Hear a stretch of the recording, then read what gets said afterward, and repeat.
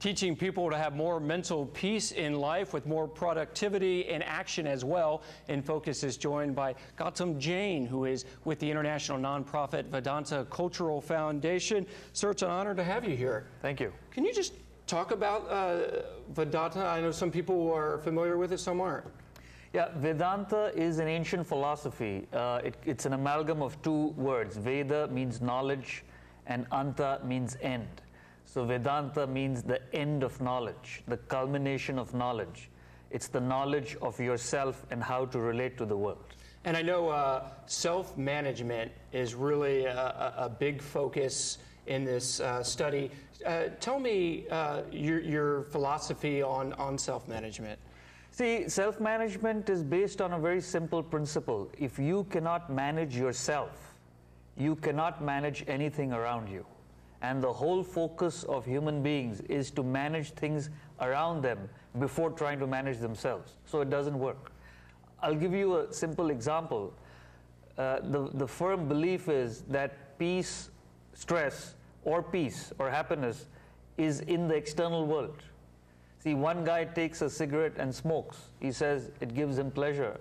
Another person can't stand that same cigarette. So the peace or the sorrow is not in the cigarette. If it was in the cigarette, what would happen? Everybody should get it. If sorrow was in the cigarette, everybody should get it. There's no such thing. One guy wants to divorce his wife. He's desperate for a divorce. Another guy wants to marry that same lady. He's desperate to marry her. The woman is the same. Is a source of pleasure to one, sorrow to another. So I ask you to think, that's what we're talking to the world. It's not in the world as we firmly believe. It's how you relate. So self-management is the art of relating to the world. And once you master this technique, you're able to be free of stress, you're able to be focused and productive. And I read maybe an example that what you're talking about is you go to New York City, you know there's going to be traffic. Right. So that's external. It's how you process that. You can be really upset about it, or you know there's going to be traffic. And right. Is that sort of the right, am I right analogy there? Yes. Before I explain that, see, the basis is there are two things inside you, two equipments which basically govern your life. Your body is just a container. It's like a car which follows your orders. But the driver are two equipments. It's the mind and the intellect. The mind is your capacity, your intellect, is your capacity to reason, to analyze, to judge, and then act. The mind is just the feeler. It generates desires, likes and dislikes, impulses. So self-management is the intellect being able to supervise your mind. See, a diabetic patient is told by the doctor, no sweets. He understands that completely, but when he goes to the candy store, he passes by it, his mind craves for it. And his intellect is not strong enough to control that. He succumbs, and then the problem starts. So stress is nothing but the mind overpowering your intellect. And self-management, which makes you free from stress, is nothing but developing the intellect to be able to handle the mind. You read in Time magazine, Vedanta has been featured in many publications.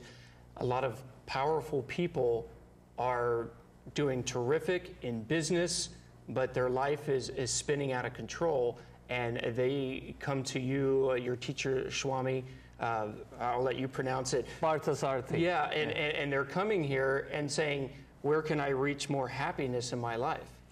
See, the biggest problem is there is a dichotomy, as it were. I teach in New York, I live there, and there's a doctor I know there, he's one of my students. When he started off, he was a brilliant doctor. He is a brilliant doctor. He's written journals, he's written for journals, he's written books, but he has an alcohol problem, serious alcohol problem. He's on his third marriage. His children can't stand him. So although he's a very intelligent person, he does not have an intellect at all. So his quality of life is very poor. He can't handle his emotions. That's what's happening, what you're talking about. I can talk about thousands of people like that who are very intelligent, highly educated, they've got PhDs, they've got MBAs and this and that, but there is no capacity to control their emotions. The intellect is not developed. And that's what they come to us for, because that's what they need, is the intellect. What happened in Wall Street? The whole world is suffering because the intellect was not developed to control the greed of the mind. And the whole world is suffering as a consequence. And before we go any further, I want to put up a website on how you can learn more about Vedanta. Vedanta USA, VEDANTA USA.org. And I wanted to show these couple books that you brought. We only got about a minute left, but just talk about for people who want to find out more information. Yeah. See, the intellect has to be developed through one's own questioning, through reasoning. So my teacher has written a book. It's called The Fall of the Human Intellect. And it talks about how one can start this process of independent questioning to be able to develop the intellect, because you need some help to get started. And this, I think you can get it on Amazon for those viewers who are interested. And how about this one? And this, of course, gets deeper into the philosophy of Vedanta itself. It's called The Eternities, Vedanta Treatise, and it talks about regaining your real identity. So I would recommend this book after one goes through an introduction on how to develop the intellect.